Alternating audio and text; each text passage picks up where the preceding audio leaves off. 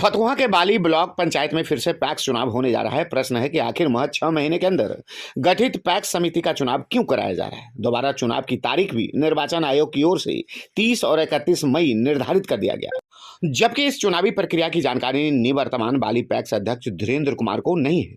न ही कोई नोटिफिकेशन मिला है और न ही व्यक्तिगत तौर पर अधिकारी के माध्यम से इन्हें सूचना मिली है। इसको लेकर अधिकारियों पर आरोप भी धीरेन्द्र के द्वारा लगाया जा रहा है। क्या जानकारी दे रहे हैं धीरेन्द्र, उसे सबसे पहले सुने। अभी पिछले साल 5-6 महीने पहले आपके पंचायत का पैक्स अध्यक्ष का चुनाव हुआ था, 11 सदस्यीय कमेटी का भी चुनाव हुआ।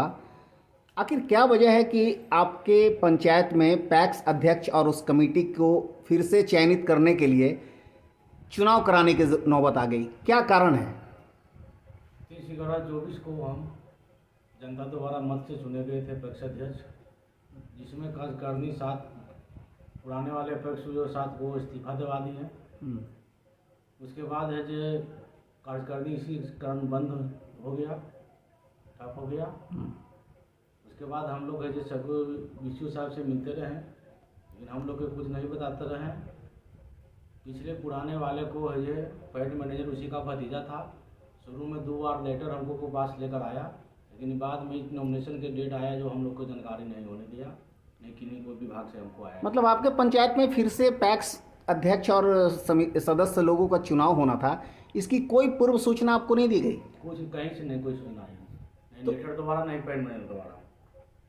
अच्छा, तो इसका कंप्लेन आपने कहीं किया है? कंप्लेन किए हैं, वीडियो साहब को दिए हैं, उसके बाद है जो दिए हैं जो डीएम के यहाँ दिए, निर्वाचन आयोग के यहाँ दिए, डीडीओ के यहाँ दिए, माध्यम से दिए हैं, क्या आप सहकारिता विभाग को भी दिए हैं। अच्छा, क्या न्यायालय के शरण में भी जाने का इरादा है? जी, नहीं होगा तो न्यायालय के शरण में जाएंगे। अच्छा, तो आपके प्रतिद्वंदी कौन है? पप्पू कुमार। अच्छा, वो मतलब आपके पहले पैक्स अध्यक्ष थे वो? जी। चलिए, अपना नाम बता दीजिए। धीरेन्द्र कुमार सिंह, ग्राम सौदी चौक। जबकि प्रखंड के सहकारिता पदाधिकारी अमृतेश कुमार ने जानकारी दी है कि इस चुनाव की सूचना उन्हें कराया गया है। सुने सहकारिता पदाधिकारी क्या कुछ जानकारी दे रहे हैं। बाली का पैक्स को निरस्त कर दिया गया है, भंग कर दिया गया, क्या कारण है बताएं। क्योंकि चुनाव जो है आपका हुआ, लेकिन उसमें कुछ मेंबर जो है पूर्व अध्यक्ष का था और जो नए अध्यक्ष चुने गए थे उनके साथ 4 मेंबर, इसे कार्यकारिणी पूरा नहीं हो पा रहा था। तो जो पैक्स जो है 7 जो मेंबर है कार्यकारिणी का, वो इस्तीफा दे दिए। इस्तीफा देने के कारण जो है वो अल्पमत में आ गई। अल्पमत में आने के कारण जो है वह जो है JR साहब के पास रिक्वेस्ट किया कि मैं इस्तीफा देना चाहता हूँ, वह इस्तीफा दिया, जिसके कारण अल्पमत में आ गई।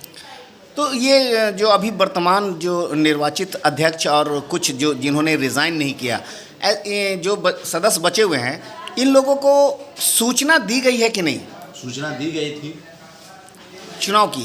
चुनाव किस माध्यम से, कैसे दिया गया था? प्रबंधक के माध्यम से। अच्छा, और ये चुनाव के पहले तो कार्यकारिणी को भंग किए जाने की भी बात सामने आ रही है कि उसको भंग कर दिया गया। तो कार्यकारिणी को भंग करने का जो सूचना होता है अध्यक्ष और बचे हुए 4 सदस्यों को, उनको सूचित किया गया था या नहीं? सूचित किया गया था सर। क्या माध्यम रहा होगा सूचना का?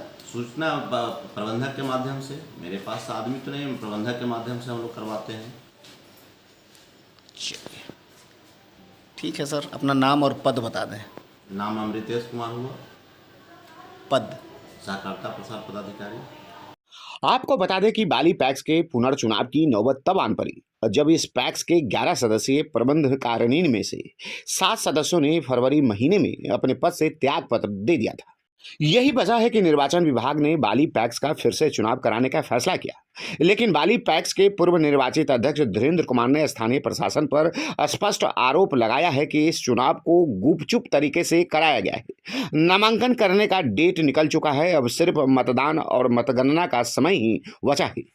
चूंकि नामांकन में धीरेन्द्र के प्रतिद्वंदी पप्पू ने ही हिस्सा लिया है, ऐसे में पप्पू का निर्विरोध निर्वाचित होना तय है, सिर्फ घोषणा होना बाकी है। प्रबंधकारिणी समिति को भंग किए जाने की सूचना भी धीरेन्द्र को नहीं दी गई। फतुहा बीसीओ ने ऐसा कोई बाबती पत्र मीडिया वालों को नहीं दिखाया जिससे यह प्रमाणित होता हो कि निवर्तमान में पैक्स अध्यक्ष को लिखित सूचना दी गई हो, जबकि पैक्स अधिकारी सूचना दिए जाने की बात पर अडिग है।